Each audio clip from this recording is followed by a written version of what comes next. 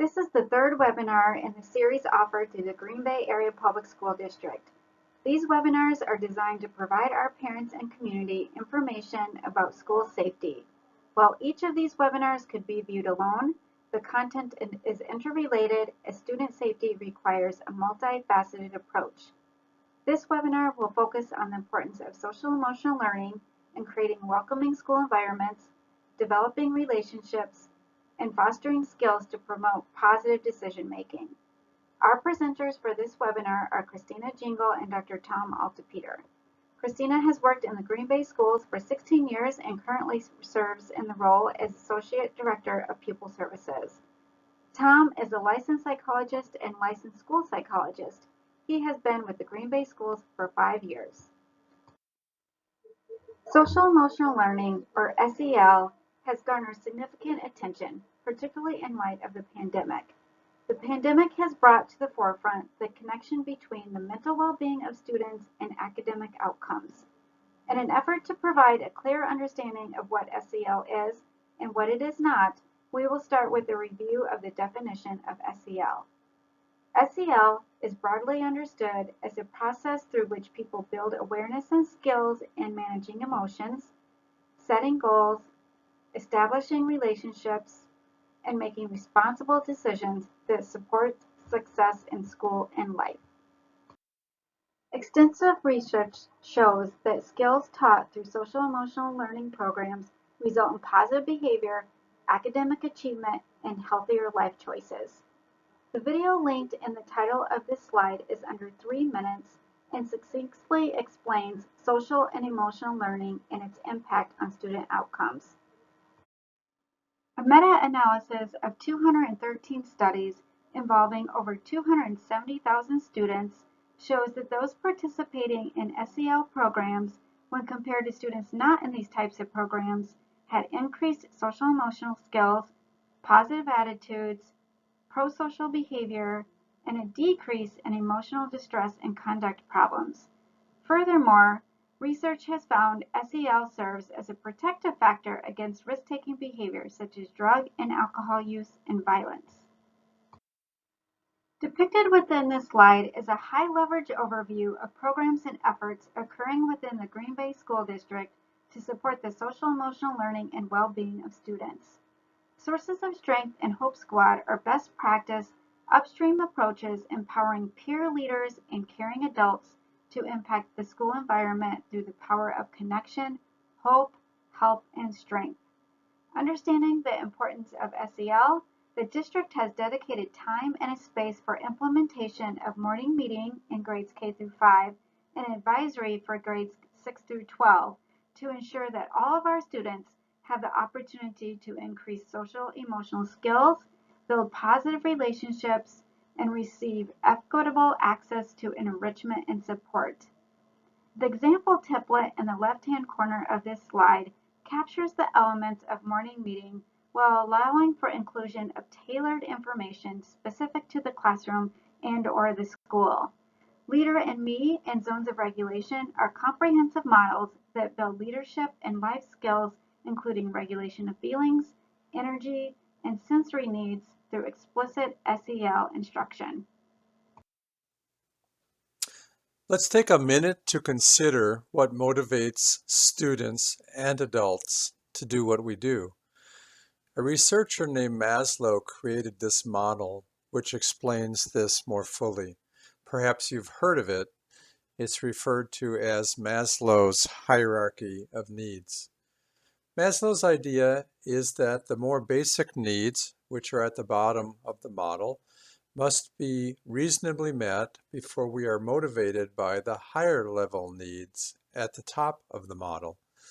The lower level includes, for example, needs for sleep, food, water, and to feel safe in our situation. The higher level needs include the ability to explore and learn, to develop and master skills and competencies.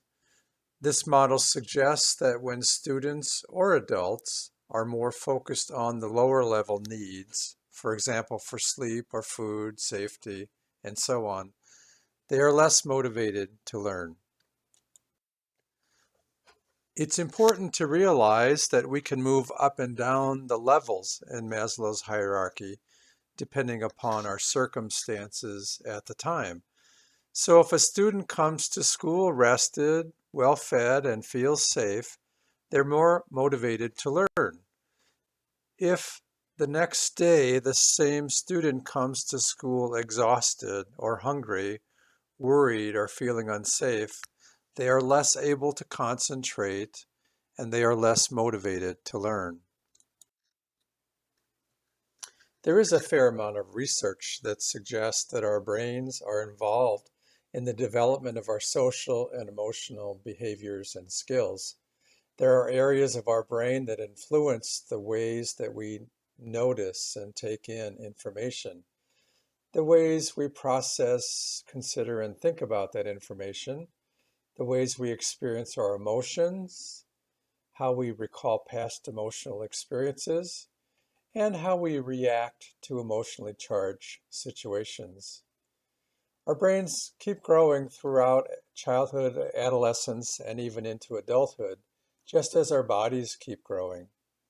So a 6-year-old has a shorter attention span, is less able to master new skills, and has less control over their emotions than a 10-year-old child.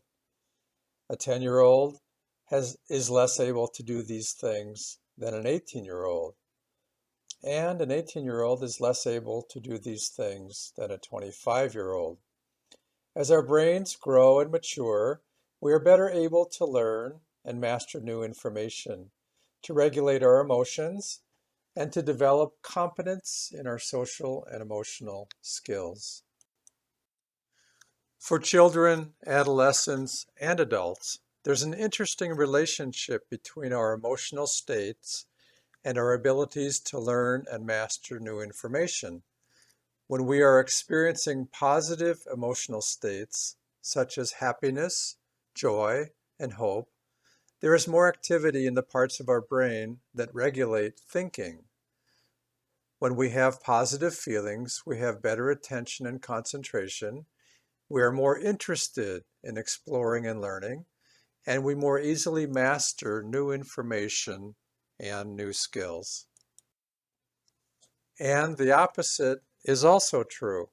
When we are experiencing negative emotional states, such as anger, fear, or worry, there is less activity in the parts of our brain that regulate thinking.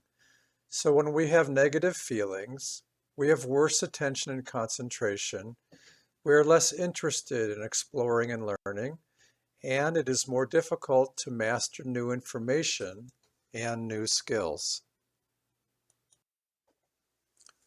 In addition, strong negative emotions can disrupt our abilities to respond appropriately to various circumstances. We do worse at thinking, problem solving, making decisions, and anticipating the consequences of our actions when we're experiencing strong negative emotions. We tend to react more out of the strong feelings we are experiencing and the stressors of the moment, rather than acting based upon what seems reasonable or helpful to ourselves and others. Sometimes we see what kids and teenagers do and we wonder, what are they doing? What are they thinking? Their choices and behaviors can be surprisingly foolish or unreasonable. At times, our students make obviously bad or foolish choices. They make mistakes and do dumb things. And when adolescence arrives and the hormones kick in, it becomes even more complicated. In those moments, it can help us to have more patience with our students and children if we stop and remember that we also made mistakes when we were younger. Probably all of us made some bad decisions when we were teenagers. I would not want anyone to base their opinions of me on some of the dumb things I did when I was 14 or 15. Would you? All of this suggests that being a child or an adolescent is complex. They are often pulled in various directions by strong feelings that they do not understand and find hard to control. And as we have seen, these strong feelings can impact their concentration, thinking and memory, decision making, and behaviors. Students who are not in a good place emotionally will struggle to make progress academically. Helping kids develop social and emotional competencies helps them to be ready to learn and make progress in their learning. Next, we will explore how this neuroscience and the importance of managing emotions gets put into action in Green Bay schools through implementation of regulation strategies designed to promote learning. BALA-X stands for Balance, Auditory, Visual, and Exercises. This may include various physical movements, stretching, etc. Through the rhythmic physical activities such as bouncing balls, students improve their focus, which can lead to better behavioral self-control and learning outcomes. There is a video linked for your reference if you would like to learn more about BALA-X. Many classrooms, particularly in the elementary settings, have safe spaces that can be used when students need a brief break. Some separation from space to help them become better regulated. One advantage to this strategy is that the student remains in the classroom, will have continued exposure to instruction, and may rejoin the class when ready to learn. In addition, some of our schools have a separate mindfulness room for students who may need more individualized support to become calm, more regulated, and better able to return to the classroom for instruction. The benefits of mindfulness for students can range from social emotional improvements to better academic progress. Mindfulness in schools also helps reduce unhealthy or disruptive behavior in classrooms. Breathing is a powerful and effective tool which can be used at any time and any place. Deep breathing is not only helpful in the moment, but with daily practice can help us prepare and respond constructively to stress and anxiety. Mindfulness and breathing can result in lower levels of stress, anxiety, and depression. It goes without saying, caregivers play a critical role in supporting students' readiness to learn. A regulated mind and body starts with a good night's sleep, nutritious food, and regular movement. Families who practice and learn together will also experience benefits together. We know that modeling positive communication, calming strategies, and listening skills is essential for success across all settings. Getting involved in the community can also build a sense of belonging and connectedness that helps to meet our student needs. As alluded to previously, these practices are not only helpful for your children, but also for you, the caregivers. While extremely rewarding, parenting is an incredibly demanding job. As caregivers, it's our natural tendency to give so much of ourselves to our children and families. From the resource Breathe for Change, a guide for student well-being, caregivers are encouraged to pause, breathe, and prioritize your own health and well-being while modeling for your children to do the same.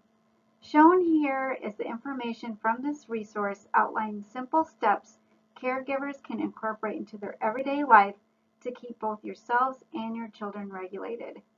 The key is repetition and practice when there is already a sense of calm, which will allow for more effective use of breathing during stress.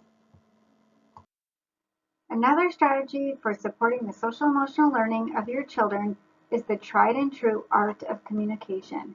Although it may not always seem like it, when parents talk with children, your children hear you.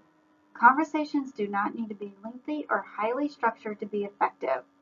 This under 1 minute video from Raising Care Kids highlights the positive outcomes that can be achieved from just 15 minutes a day of meaningful conversation. Next, let's talk about some steps that parents can take to help have meaningful conversations with their children and adolescents and to help promote safety. First, it's important to keep in mind that any conversation should be developmentally appropriate. Kids are able to understand circumstances and complex ideas better as they become older. For younger elementary age students, it's helpful to provide information in a way that's easily understood and perhaps provide examples. One instance or example would be explaining why schools practice emergency drills. Younger kids may also need help separating reality from fantasy. For example, if you remember the unfortunate bombings that we experienced on September 11th, you might remember that these were repeated frequently over the news programs over the next days and weeks. Many younger kids had difficulty understanding that this was simply TV coverage, and they thought or feared that this was happening over and over, including reassurances that their schools and their homes are safe and that the adults in their environment are taking steps to help protect them. Older elementary age students and early middle school age students may be more vocal about the circumstances.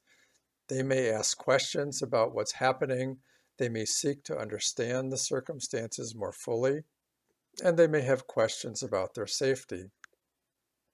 It's helpful to discuss what the school and community leaders are doing to provide safe schools, and again, to reassure the students that their schools and their homes are safe.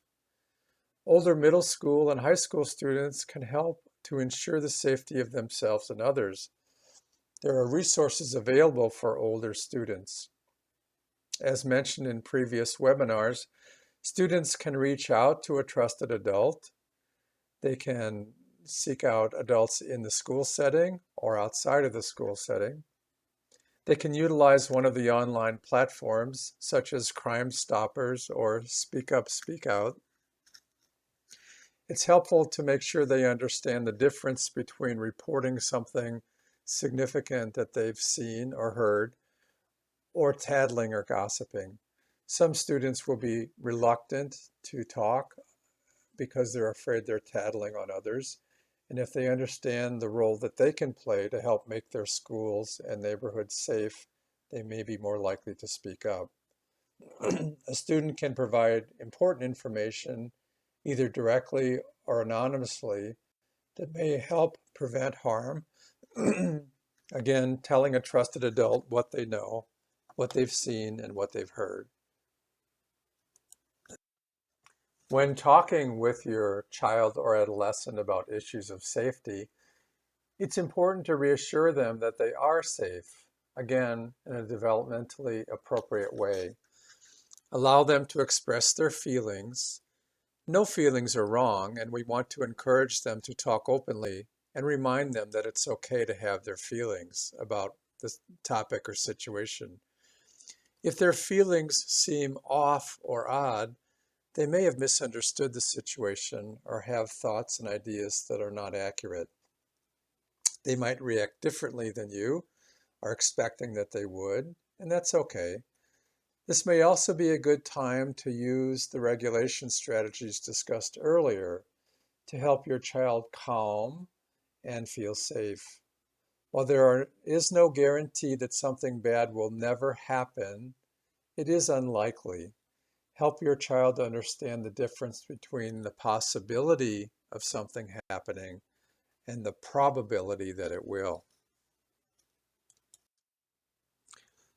Some children and teenagers may not express their feelings or concerns verbally, and that's okay. Each young person has their own style and their own way of processing their thoughts and their feelings. It is important to watch out for behavioral changes and nonverbal cues, especially if your child is not expressing their concerns verbally. You may want to watch out for changes in sleep patterns, eating habits, and their nonverbal ways of expressing their mood. In most children, these symptoms will gradually ease with reassurance and time. However, for some children, they may linger and their reactions may be more intense.